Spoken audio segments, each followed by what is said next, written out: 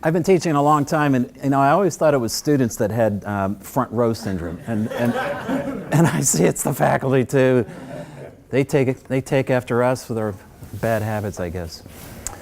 Well, Dan called this a jam session, and I'm sitting there thinking in musical terms, jam means what? Jam, unstructured. And so I came in here with no structure whatsoever. I have no slides, I have no notes. What's true about jamming in music is that you have a sense of direction, you have a key, you have a tempo, and that's pretty much it. And so that's my goal today. We're going to jam a little bit around creativity. Spend a little time talking about how these things are made. This is an acoustic guitar in progress. But we're here to talk really about creativity in the sense of teaching. Take out a piece of paper, and what I'd like you to do is this, very simply, think about the most innovative teaching technique you know of. What is the most innovative teaching technique that you've either used yourself, have seen others use, you've read about, I don't care where it comes from, but in your own mind, just write down very briefly a sentence, maybe a sentence, on the most innovative teaching technique you know of. You have 1 minute.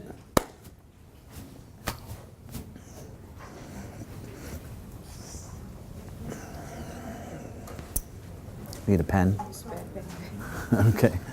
I don't think... Oh, here's one. There's always one up there.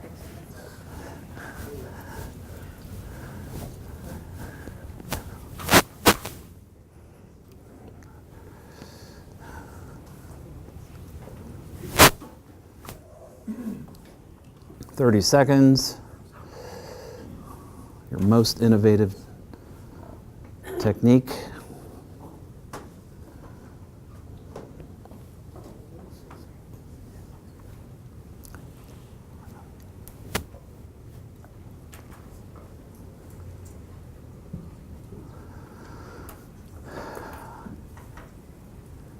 When you're done, put your pencils down just like in school, you know. Oh, that's right. We're in school. Okay. What do you think I'm going to do now? Margaret, Peg, what do you think I'm going to do now? Ask us what we thought. Yeah. So we can collect those ideas. Yeah, no, I'm not going to do that. It wasn't creative enough. Wasn't creative enough. I really like picking on her and Roseanne. That's my other, yeah, hi. Hi. Here's what I want you to do. I want you to think about why that's such a creative teaching technique. What criteria, what made it so unique for you? What made it so innovative for you? What were your criteria? Write down the 2 or 3 criteria that made you believe that technique was the most innovative you know of. What criteria?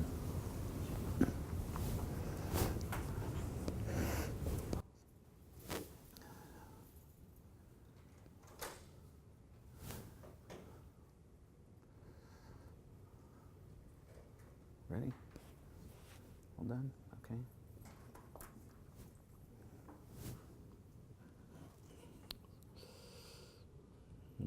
Good.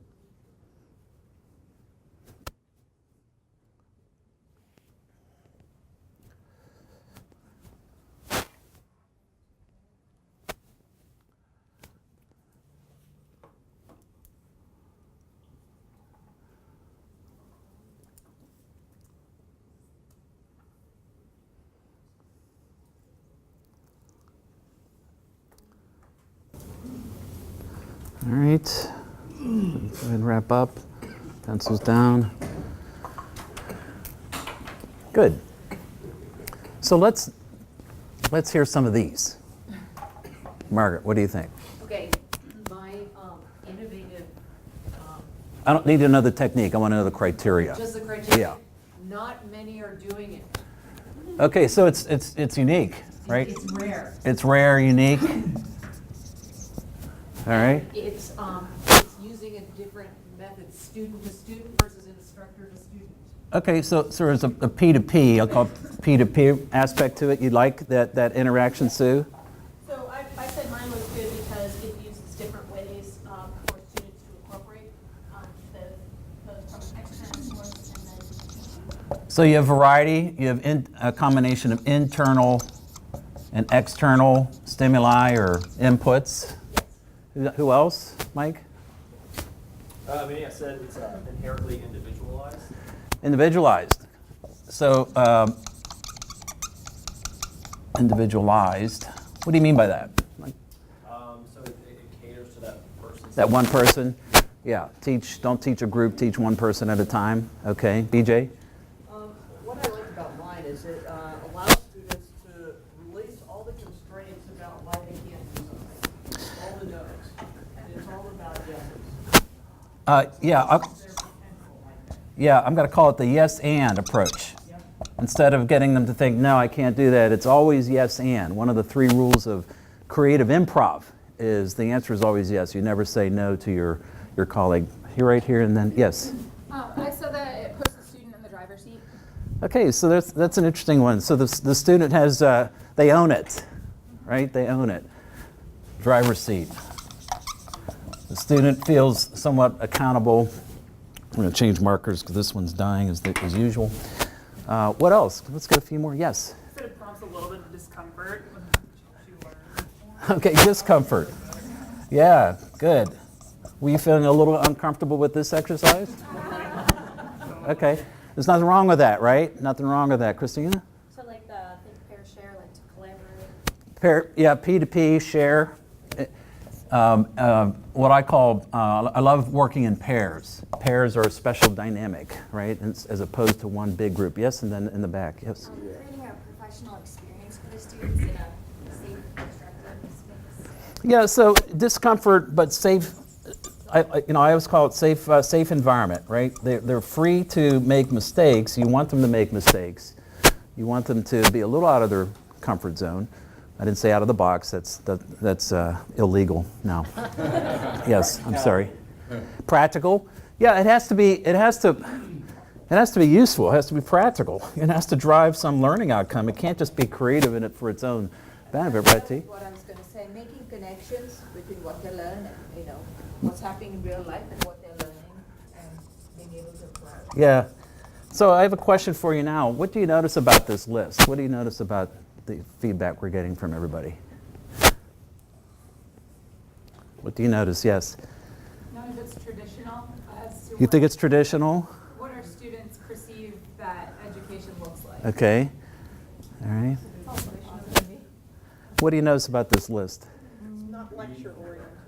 It's not lecture oriented. It's all different. Everybody has different criteria for what uniqueness is, what truly innovative teaching is. Is that a problem? No? Definition of innovation. You're going to be surprised with what I'm going to tell you. That the innovation and creativity are much more structured than unstructured. I don't know that this is a problem.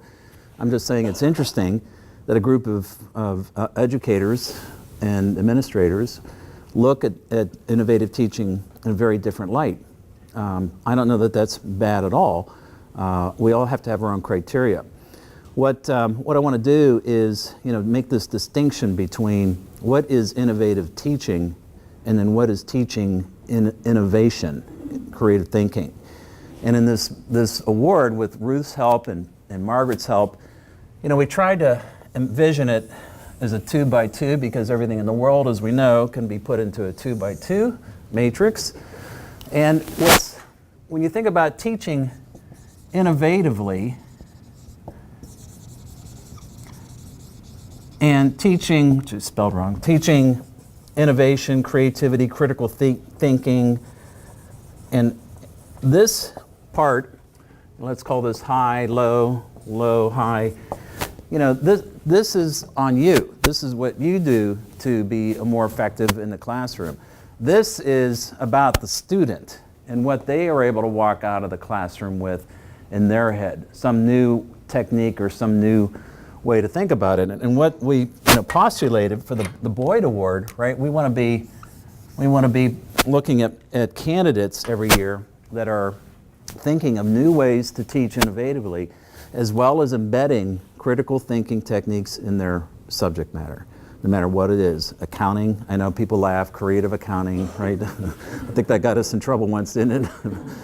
Yeah, the meltdown. So let's figure out what this means. I went online last night and I Googled innovative teaching techniques. And what do you think I found? A lot. There's a lot. And I think that's great if you look online and find innovative teaching techniques. What I want to do for you is I think it'd be much more interesting if you have some ways to create your own. That would be cool. My message is that innovation is a skill, creativity is structured. You can train your brain and use it in a different way to create new ideas that you would not have gotten before. And that's what we're going to do today. Instead of just looking online, I'd like us to come up today, this morning, with some creative teaching techniques of our own. You ready? How's it sound? Good? Bad? Too good to be true? Well, now some of my students are here. Who's been a student of mine before? Ron, Melissa, any other former students of mine? Ralph? Yep, you've been. I'd like you to get a partner, somebody sitting right beside you or right behind you. Get a partner.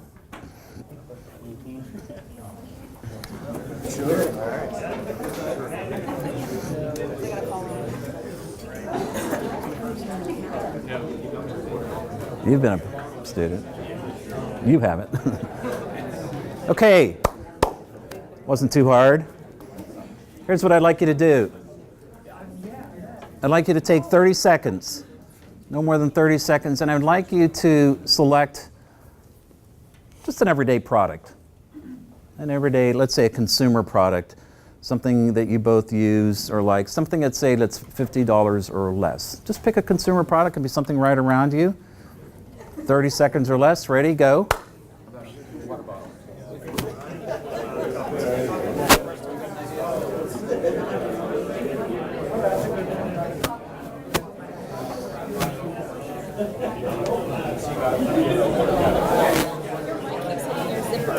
It's not too distracting, but I'll put it down here, see if that helps. You want to put it on that here? Yeah, maybe that'll be better. Try that. Good idea. Okay. Okay. All right. So let me go around. I'm going to point. I apologize for seemingly being rude by pointing, but let's, in the interest of time, Leanne? Cell phone protectors. Cell phone protector, Rati? Cup. Water bottle. Bagels. Crock pot. Coffee maker. Toothpaste. All right, pick something else, Melissa. Toothbrush. Pen. Coffee thermos. Headphones. Presentation clicker. Diapers. Paper towels. Deodorant. Orange juice. Wow, real hygiene and food theme going on here. 8 a.m. Pullovers. They get you already? Okay. All right, now listen carefully. I want you and your partner to make one change to this product, one change only. Now, here's the trick. I don't want you to just make any old change. I want you to make one change to this product, the one you just told us about, toothpaste, blah, blah, blah, that makes it worse. Horrible. Ruins it. Is it clear? You have 1 minute to make one change to this product that makes it worse. Ready? Go.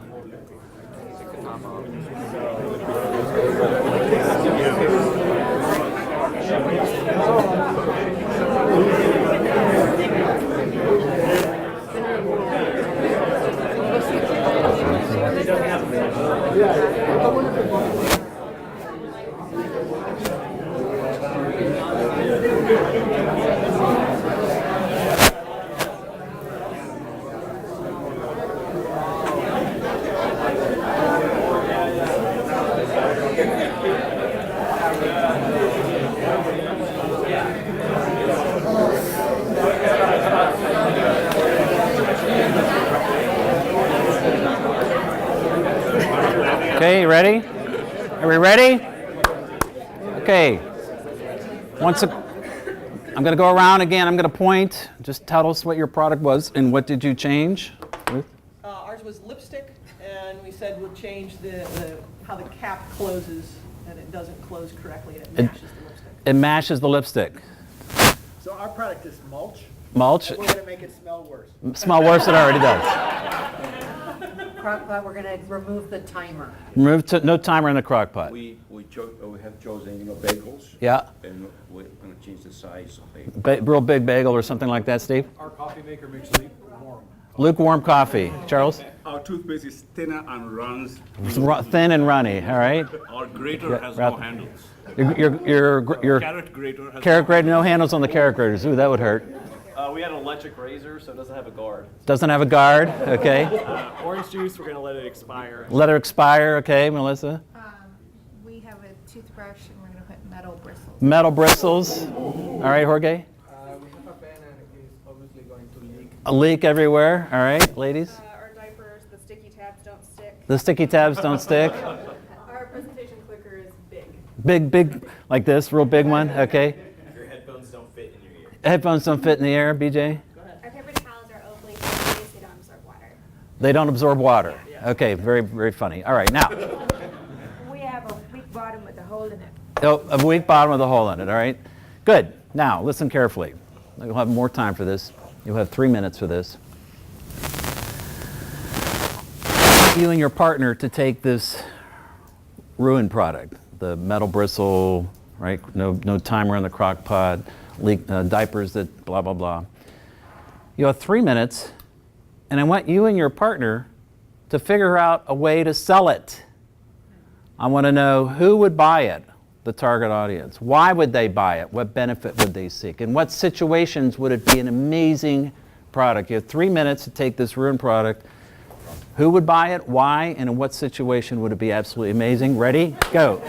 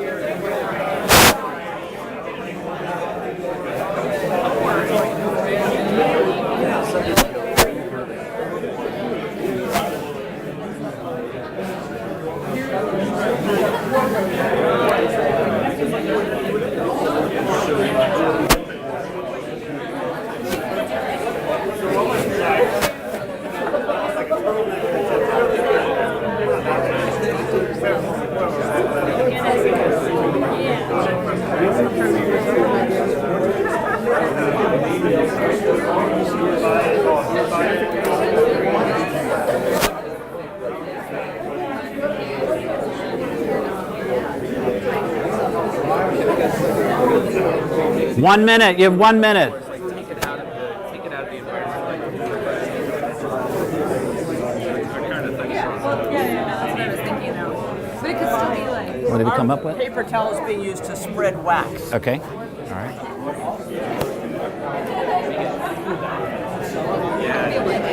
What'd you come up with? We're repurposing it. So we now have a burp cloth. Okay. We have a paper towel that wipes Okay. off water.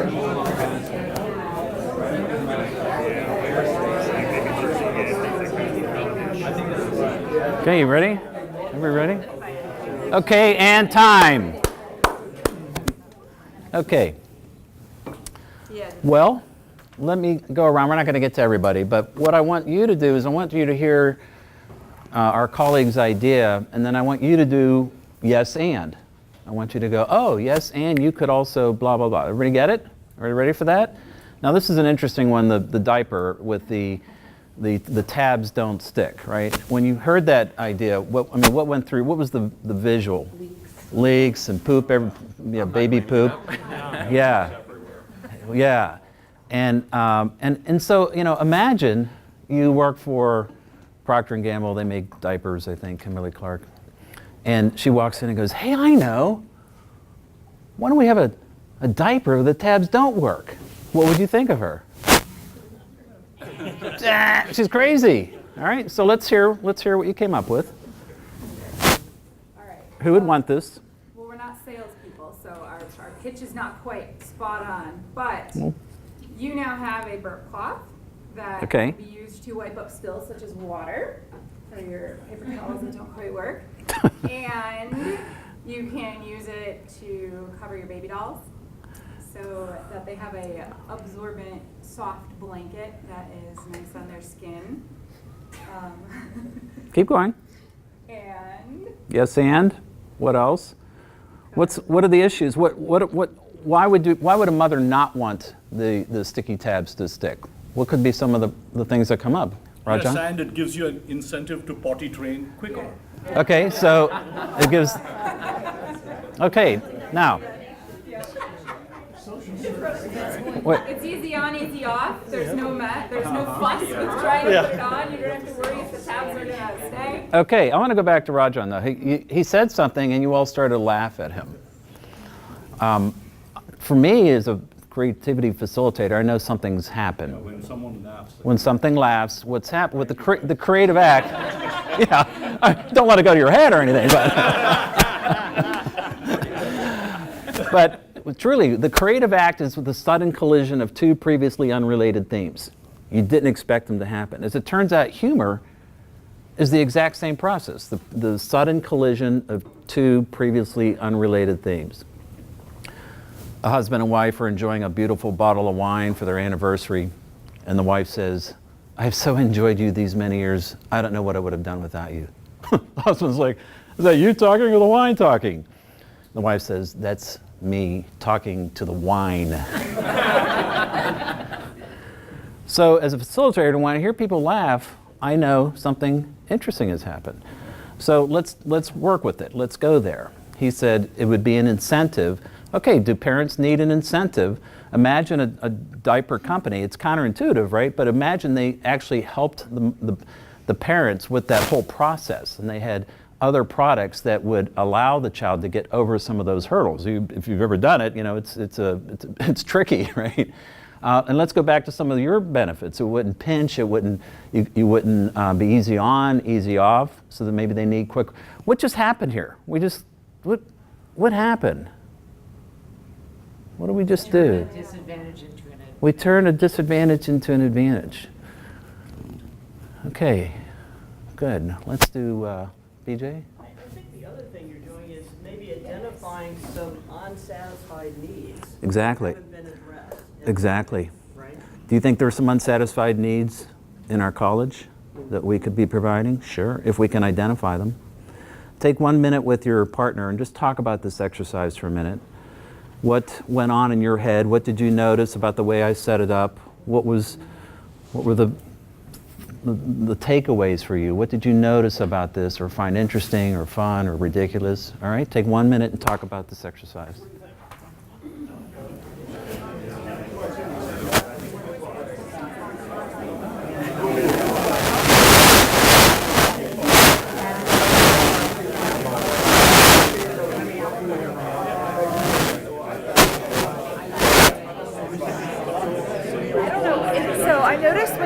It got super bad. Do you think it's affecting with like the signal?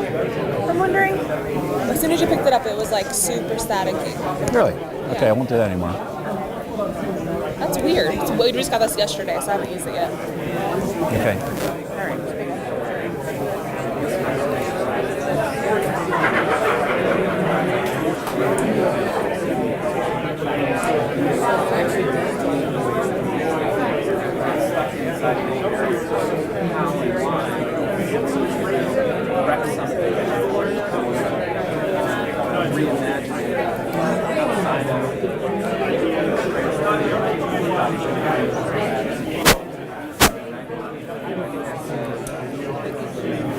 Okay. All right. So let's talk about this exercise. What did you notice? What went through your head?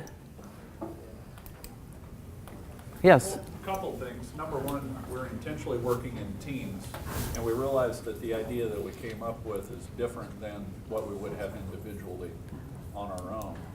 And the other thing is just starting with the notion of what would be really bad, and that's not a typical approach. That's not typical. It's counterintuitive, right? Uncomfortable, excuse me. And I want to talk about working in pairs, because I do this with my students all the time. I find that, you got to head out. I lost my pair. Oh, you lost your pair? Well, any bidders for tea? Working in pairs is a very special dynamic. Here's why. 5 pairs can outperform one group of 10 on any task. It's not even worth experimenting. It's so obvious. It's so productive. Secondly, working in pairs is interesting because you feel an accountability to give your best to your partner. You hold them accountable to give their best to you. You bounce ideas off of each other. You're in a safe environment, right? Free of judgment, and then it's over.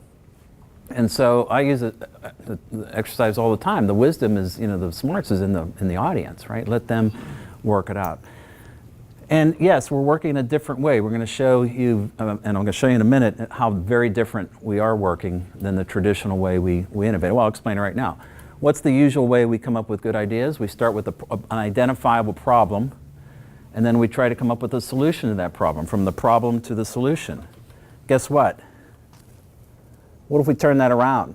What if we started with the solution and then envisioned the problem that it solves? Guess what? Humans are actually better at that direction than the other direction. I want you to imagine this is a baby's milk bottle. This milk bottle changes color when the temperature of the milk changes. Quickly, why would that be beneficial? Quickly. You don't burn the baby. Exactly right. So you instantly get that. Any audience in the world immediately gets that. What if I had said instead, hey folks, we need to come up with a way on how not to burn a baby with milk that's too hot? How long would it take us in this room to come up with a color-changing milk bottle? A long time. A long time. Maybe never. And so you have to believe that you already have fluidly the ability to go from what seems absurd and identify benefits. A diaper that doesn't have weak tabs. And all of a sudden we were able to take this and start to construct other benefits from it, to identify benefits. Think about a company like Procter & Gamble that's looking for growth, right? They have all the factories, they have all the intellectual property and the know-how, the supply chain, the brand, and somebody walks in and says, hey, I know, let's make the tabs real weak, right? But this is how they find growth. And actually, Procter was one of the first users of this method that I'm going to explain in just a minute. What else did you notice about the exercise, just in general? Yes? So the whole time I'm trying to predict what's going to happen next, and you're constantly going in a different direction. Okay. And that surprise actually helps, right? Yeah. The surprise makes things more memorable. It actually seats the memories more quickly into your brain. Everything else. So it's a wonderful point, and I use the element of surprise as much as I can. I said, take out a piece of paper. What does that do? Well, it puts you in charge. It just gets the students activated, because they come in at 6 in the evening or 8 in the morning. Where's their head? Yeah, it's on Facebook, wherever it is, right? And so a simple surprise technique keeps them on their toes, keeps them engaged, I think. And it's not hard to do, just to go in a different direction. Margaret, what am I going to do now? And she says, da-da-da-da-da-da-da. And I use the element of surprise to go in a completely different direction as a setup. What else? What other? Yes. That's right. An element of silliness, like not taking ourselves too seriously, Yeah. which is a real killer. Yeah, it is true. We talk about the use of humor, which is really tricky these days. You've got to be extremely careful. You want to keep a light environment, but if you're going to use humor, you can really get out of bounds quickly. And that's why I rely on a lot of videos on YouTube. Funny commercials to activate, to make a point. Get other people to do the humor so I don't have a bad day. Yeah. Yes? Ruth and I were talking that it appealed to the millennial and me because you remembered, oh, this is what they're working on, you're special. This is the project that you had. Like, you remembered everybody in the room, so the instructor was engaged with each partnership too. Okay, yeah, it's an exercise I do a lot, but what I'm trying to do is foretell. You know, I came in jamming, right? Wasn't exactly sure what I was going to. I wanted to see how many people were here. I'm shocked. People got up and be here at 8 o'clock. It must have been the free food because it wasn't going to be me. But thank you. Yeah, it's foretelling a little bit what's coming. How can I anticipate it? Anything else? Yes. I had two things. So we talked a little bit about how this could be applicable to advising or career coaching when students experience disadvantages. Like Okay. how do we help them to see what are the advantages to this situation that you're in and move Beautiful. them forward that way? Yes. And then the other thing I keep thinking is creativity is hard, but I think that it can be maybe taught or you can Okay, that's great. Good. That's great. Yes. Well, I think coming to this, I thought, well, I need to be more creative in the classroom, and I don't know how to do that, and Well- I'm used to my structure.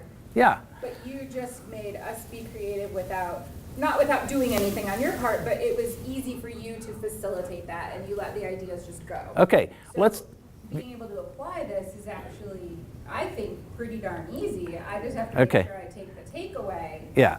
and have them understand the takeaway. All right, a lot to build on there. So creativity is a skill. Remember I said it's not a gift, it can be learned like any other skill. What surprises people, most people don't believe that until they experience it. But what surprises people is it's the structure that lets you be more creative, and especially the constraints. We think about outside the box as a myth. Inside the box is a series of constraints. Think about the constraints you were under. I constrained you with one partner. I constrained you with one item, constrained you with one task. I even put time limits on it. Why did I do that? What do constraints do to the mind? They make the mind work harder and smarter. All the research says creativity is nearly impossible without constraints. And so when you want to be creative and you want your students to be creative, just putting them under constraints can free them up. I've had people in the audience will say to me, "Oh my God, I felt so free." Yet they were so tightly constrained. The other thing is about structure is I teach in a very predictable, structured way. Every tool, marketing, creativity, doesn't matter. I have the same approach every time. And within that structure, it allows me to be more jam, more improv, take advantage of moments as they come up. Here's what's going on. We are innovating with a method. The name of it is it's formally called systematic inventive thinking. Ralph has taught it and knows it. Melissa's been in my class. I think Brian's been in my class. And what it is, it's a method based on patterns. As it turns out, my co-author's research shows that for thousands of years, everyday creators, innovators, have used patterns in their inventions, usually without even realizing it. Those patterns are now embedded into the products and services you see around you every day. Think of the patterns as the DNA of a product or service. These patterns can be reapplied to anything: a classroom, a syllabus, a class session, a curriculum, right? As it turns out, most innovations in the world can be explained with just 5 patterns. I'll explain those in just a minute, but here's the way this method works. We'll do a quick example and move on. What's it called again, Drew? Systematic inventive thinking, or SIT. We start with an existing situation. That situation, as I said before, can be your class, your course, syllabus, textbook, any element of your class, a department. We apply one of the 5 techniques, the 5 patterns. I'll put patterns. And I'll tell you what the patterns are. One pattern is called subtraction, or SU. Subtraction is removing an element, kind of what we did a minute ago. We took something away, wrecked it. But as you saw, wrecking it doesn't cause a problem. You now have the fun part of creating and thinking of a benefit that is delivered by this absurdity. One technique is called task unification. Task unification is when you take a component and you force it to do an additional job, something it wasn't designed to do, which is very applicable in our world. Another technique is called division, or DI, I call it for short. Division is when you take the product or a component of it, or a service, a process, you cut it somewhere and you rearrange it back into the system. An example would be like airline check-in. Where does check-in happen now? Online or at home, not at the ticket counter usually. It's an example of the division technique. Another technique is called multiplication. That's taking a component, you copy it but change it in some way. You now have a syllabus, but now you have a second syllabus, but it's different in some counterintuitive way. A product example would be bifocal glasses, for example. You have the primary lens, you have a second lens in there that is at a different power to give you reading ability. And the third or fifth technique, it's called attribute dependency. Attribute dependency is when you take two variables, one of the product and one of its environment, and they change in response to each other. As one thing changes, another thing changes. Transition sunglasses. As it gets bright outside, the lens gets darker. In a classroom situation, the more students there are, the fewer questions on their test there will be. Or the height of, that sounds good, doesn't it? Leave it to her to start laughing. See, she's always on it. Attribute dependency, very powerful. It's actually the most powerful of the techniques. Now, when you apply the technique, what happens is it ruins it. It turns it into this virtual product, just something that is absurd, like a cup with a hole in the bottom, or a crock pot without a timer, or paper towels that don't absorb. That would be a virtual product, something that at first doesn't seem to make any sense. Why? Because we all have a cognitive bias called fixedness. Fixedness makes it very hard for us to imagine other configurations than what we're used to. Diapers have strong ties to them. Paper towels pick up. Cups don't have holes in the bottom. Pens don't leak. That's fixedness. And fixedness is your single biggest barrier to being creative. And that's what you have to break. The creative act is breaking fixedness. You look at the virtual product and you ask yourself two questions, but always in this order. The first question is, should we do it? What would be the benefit of a crock pot without a timer? Who would want that? Is it cheaper? Is it lighter? Is it more usable? Can it be leveraged into other things? Then we ask ourselves the second question is, can we do it? Do we have the know-how? Do we have the intellectual property? Are there regulatory barriers? Are there structural material barriers? Why don't we reverse these? Why don't we ask the can we first? It seemed to make sense, wouldn't it? No. Because we have to start with the market, right? Start with the market, exactly right. Hey, Scott, start with the market. It's a great answer. I've never heard that answer. You start with the should we do it, and engineers particularly, not taking a shot at engineers here, but they've been trained all their career to answer which question up there? Can we? This is really hard for them to get over the hump here. They're my most difficult audience by far. And so just to your point about career service, the student comes in, they complain. You're asking the should we, what would be the benefits? Let's look at the positive aspects first. And then once we identify benefits, then we can say, well, how can we deliver those benefits? So you're looking at paper towels to spread wax now. What would be the benefit? Well, people need that. Now you can get away, you don't have to worry about the paper towel thing anymore. You look for ways to deliver that benefit. You allow yourself some adaptations. You modify. And if you do this systematically, you end up with what I would consider, and only then would I consider it an idea. This is the cognitive steps you follow to use this method. Dan, I'm just checking our time. I want to be respectful. We have a 9:30 stop. Yep, and we want to have Dave do a quick Yeah. on some of his things, and we want to Yeah. make sure we have the guitar. So you Yep. Good. So what I'm going to do. trade is implemented. Yeah. Okay. This was more or less an innovation hors d'oeuvre. This is more to pique your curiosity, to just get to your point about, hey, I can learn this. And now the next step would be to think about as a group or in small groups or more sessions, how do we apply it, let's say, to a course? How do we give our students better learning a better experience, unique things, because you want to be teaching innovatively, and this can help, but you're going to find that as you learn these techniques, you can have your students start to learn some of these too. They'll start to model you, and we want to find everybody up here. So I'm going to stop here. I'd like to have Dave. Dave is actually taller than the other Dave, which is remarkable, right, to see them on stage together. Dave, I walked into his classroom down on the second floor. Remember that? Oh, I remember. Yeah, and I had to leave because the energy was so, my blood pressure started to go.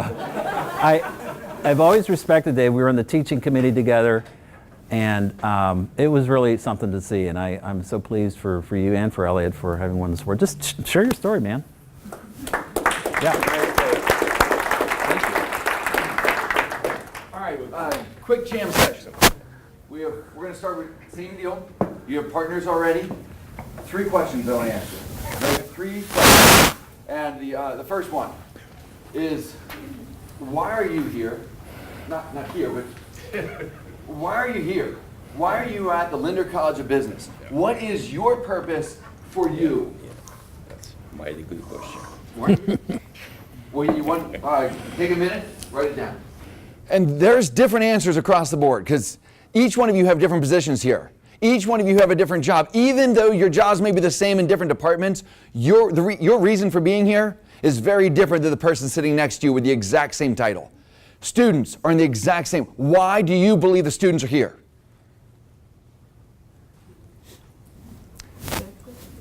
Third question, very quickly. How do you work with a student that you do not perceive as paying attention, or a colleague who is not paying attention in that case? How do you work with them when they seem to straight up? Just a quick, how do you handle them?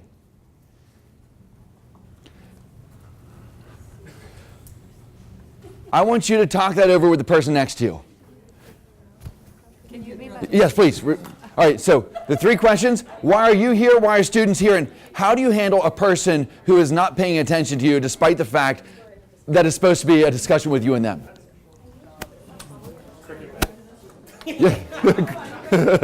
Death Royale.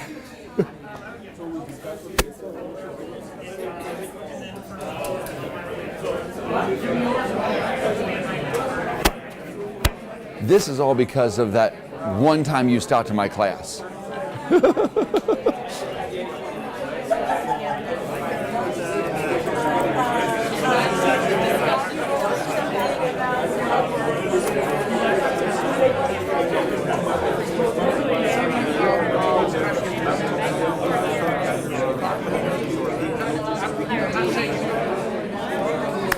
All right.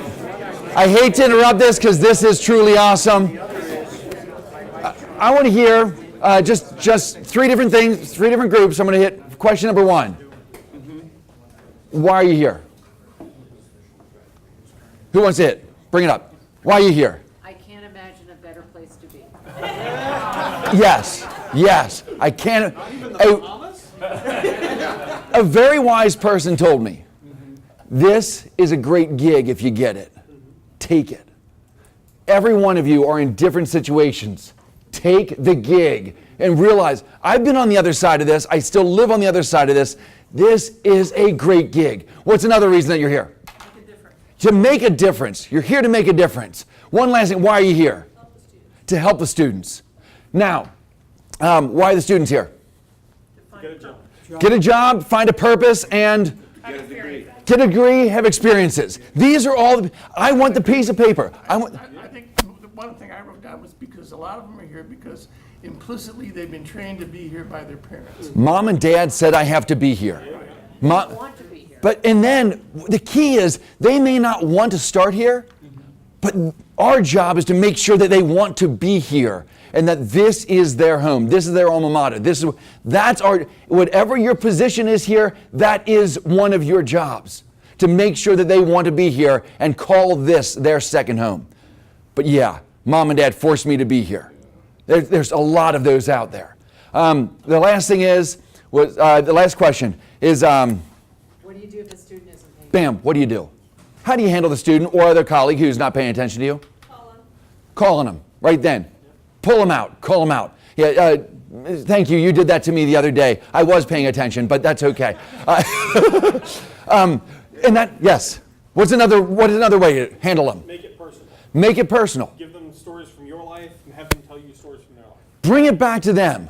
And just find out what makes them tick, like understand them and what drives them, and then you can figure out their environment. Motivation. Sure.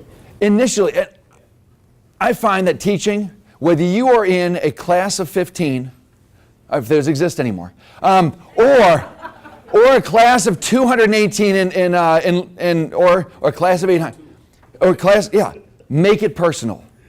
Every single, find their eyes and work them in. Bring them back. That's what we're looking for. Every single class is one-on-one. And if you can do that, and it's uncomfortable for a lot of us. Personalize it. And what you'll find is, when Drew walked into my classroom, I saw him back there, that's great, but I'm in a computer lab. Every student has the world in front of their face. It is there. I don't have their eyes all the time. And he said, dang it, you just kept on teaching despite the fact that it looked like no one was paying attention. He said, but they all were. They were looking up what you were just saying. They weren't ignoring you, but you just kept on teaching. Realize, especially in today's world, the students that we have, they do multitask, but really what they're doing, in many cases, they're paying attention. If they're not, they see the other people paying attention, draw them in. It's a great gig. Whatever you're doing, even with your colleagues, have a passion for what you're doing. If that's research, it is. If it's cleaning bathrooms, it is. If it's guiding students, it is. If it's teaching, it is. Have a passion for it, and you will suck that person in with you, kicking and screaming. But that's fine. That's the person you're looking for. That's the one who will be a champion for you from here on out. It's the one who didn't want to be there in the first place. So that's just a quick concept. Make sure you know why you're here. And thank you. Crazy, but last November I spent 5 weeks in Canada learning how to make acoustic guitars. It's something I've always wanted to do. I lived in this guy's basement for 5 weeks, this little tiny room about the size of the little alcove here. And I learned from one of the top guitar masters in the world, a guy named Sergey DeYoung.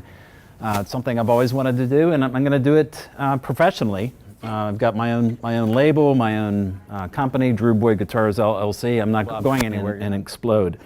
This guitar is one that I'm building for a friend of mine that's getting married in June. We're going to his wedding up in Montana. He's a big guitar guy. And one of the important parts of a guitar, kind of the noteworthy, or the headstock in this, the pick guard. So I had this pick guard made, and it's a Rose. His wife's name is Rose, and she's absolutely adorable. So the pick guard goes right here, and this is a surprise. He doesn't know this is coming. So I'll pass these around. This is the top. This really is the guitar. This is what's called the soundboard, and this is where you get the tone out of the guitar. And this is Sitka spruce. Most guitars are made out of some version of spruce, or sometimes a mahogany, koa, things like that. Spruce is by far the most popular. And I cut this out from a thick piece of wood. It was about 5 millimeters thick. It's now down to like 2.5. You can almost see through it, through the light. It too is braced in what's called the Martin X bracing to give it structural integrity. This is the rosette that I had to route into it, and you create all kinds of different designs and everything else. And so I'll pass this around. This will eventually go on here. I'll glue this, trim it, and then bind it. I'll put a binding on it made of these strips, which I have to get very thin and bend them, and then they'll bind the guitar like you see the binding, the white binding here. So it's a lot of labor. And after that, then I've got to start, and I'm going to start soon here. This is going to be the neck. This is Honduran mahogany. It starts like this. It eventually ends up looking like that, curved on the bottom, which I have to carve. This is ebony, and it's the fingerboard. It's the fingerboard where the fret's the black part, but underneath it is the mahogany. And again, it's structurally very solid wood, very light, but very solid. I have to install these frets, what are called the metal frets. I didn't bring any of those.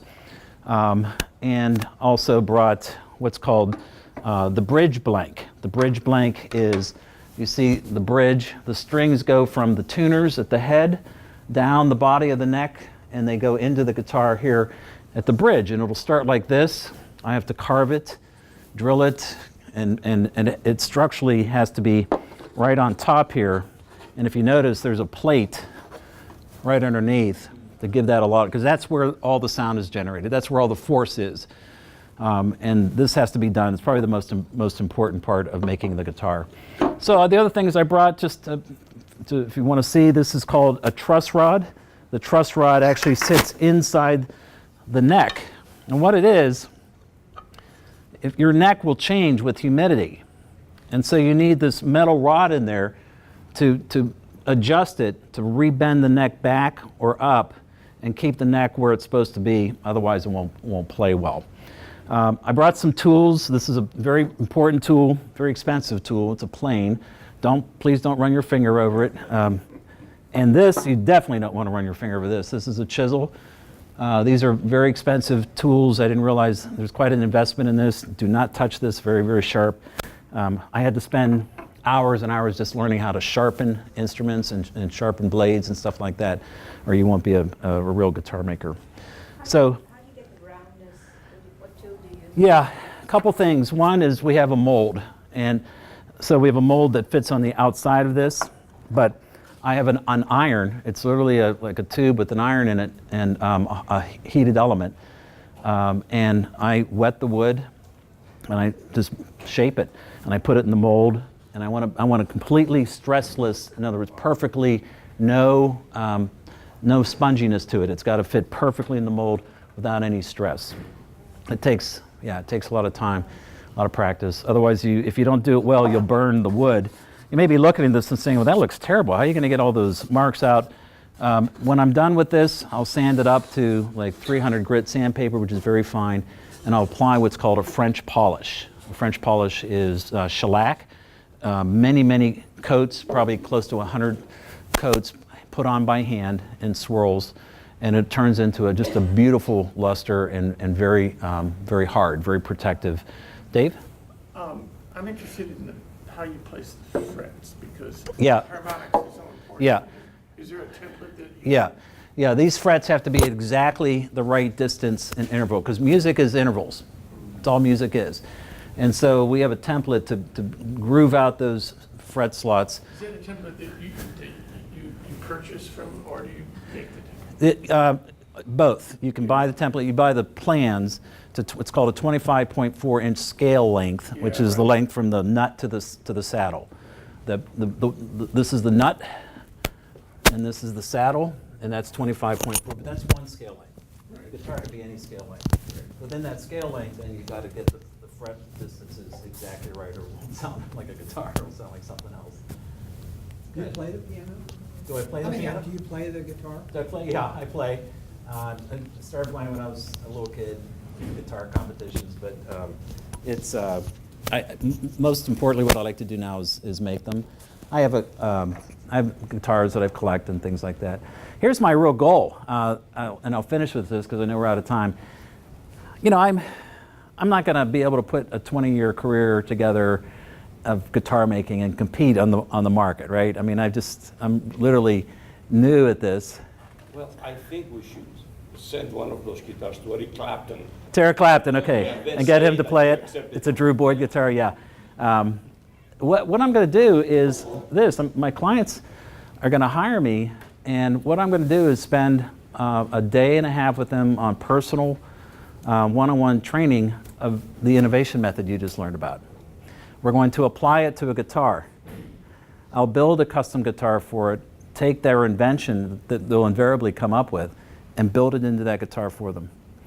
And there are people out there that are enthusiasts that will want a guitar that is handmade, but also have their invention in it. They'll own the intellectual property. I'll name the invention after them, and then they'll have a one-of-a-kind guitar with that invention in it. So that's the business model.